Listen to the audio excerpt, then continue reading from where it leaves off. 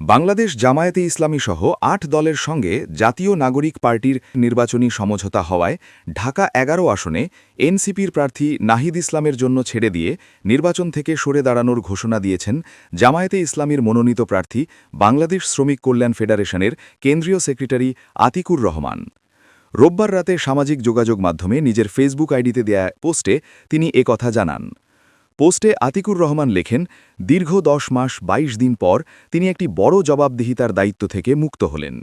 চলতি বছরের ৬ ফেব্রুয়ারি সংগঠনের সিদ্ধান্তের পর থেকে ঢাকা ১১ সংসদীয় আসনে ইসলামী আন্দোলনের পক্ষে জনমত গঠনে সর্বোচ্চ প্রচেষ্টা চালিয়েছেন বলে উল্লেখ করেন তিনি।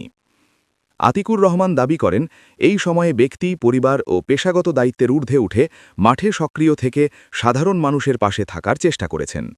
তিনি বলেন, সবার আন্তরিক প্রচেষ্টার কারণে জামায়াতে ইসলামী ও দাঁড়িপাল্লা প্রতীকের পক্ষে বিভিন্ন শ্রেণী পেশার মানুষের ব্যাপক সমর্থন তৈরি হয়েছে, যা সর্বশেষ জরিপেও উঠে এসেছে।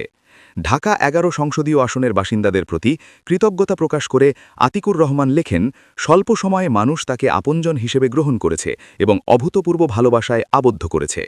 এছাড়া নির্বাচনী প্রচারণায় যুক্ত সহযাত্রীদের ত্যাগ ও শ্রমের কথাও তুলে ধরেন তিনি। ফেসবুক পোস্টে আতিকুর রহমান উল্লেখ করেন, অনেকেই রাত জেগে পোস্টার লাগানো সহ নানা কষ্ট ও ত্যাগ স্বীকার করেছেন। নারী কর্মীদের ভূমিকার প্রতিও আলাদা করে কৃতজ্ঞতা জানান তিনি।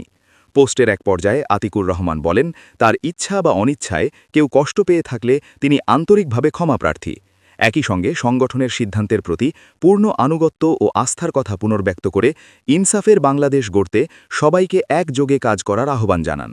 সবশেষে নাহিদ ইসলামের জন্য শুভকামনা জানিয়ে মহান আল্লাহর কাছে সব প্রচেষ্টা কবুলের দোয়া করেন।